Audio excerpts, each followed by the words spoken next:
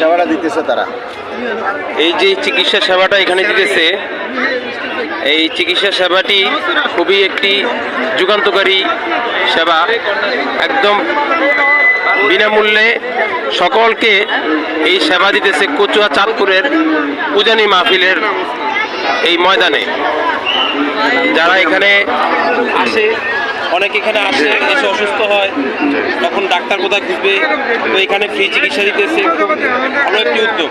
মানুষ যাতে অসুস্থ হলেও যে প্রাথমিক যেই চিকিৎসাগুলো এখানে তারা পাবে, মাথা ব্যথার ওষুধ, তারপরে গ্যাস্ট্রিকের ওষুধ, ডায়রিয়া এবং আমাশার ওষুধ, প্রাথমিক যেই রোগগুলো আছে যেগুলো চিকিৎসা এখানে তারা ফ্রি দিয়ে থাকে। খুব ভালো একটি উদ্যোগ এবং এটা আগামীতেও যাতে থাকে এটাই আমরা আশা করি।